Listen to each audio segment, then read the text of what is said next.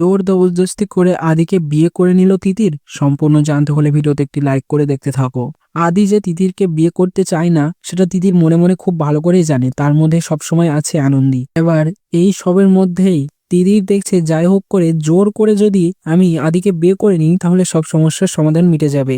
তখন একটা সিঁদুরের কৌটো আদির হাতে তুলে দেয় এবং বলে পরিয়ে দিতে। তখন আদি বলে আমি পরে পরিয়ে দেবো, তুই এখন থাম। তো তিতির তো কোনো কথাই শোনে না, বলে আমাকে এক্ষুনি পরিয়ে দে, এক্ষুনি।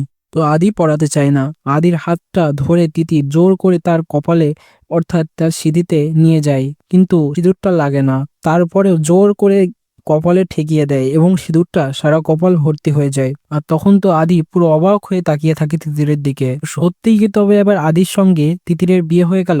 এরকম কিছু হলে তো পুরো সিরিয়ালটাই জঘন্যতম হয়ে যাবে। তো এমন কিছু আশা করি হবে না, তিতিরের সঙ্গে আদির বিয়ে হয়নি। তো তোমরাও তো তাই চাও যাতে আদির সঙ্গে তিতিরের বিয়ে না হয়? তাহলে অবশ্যই কমেন্টসে জানি। এখনই সাবস্ক্রাইব করে নাও। ধন্যবাদ।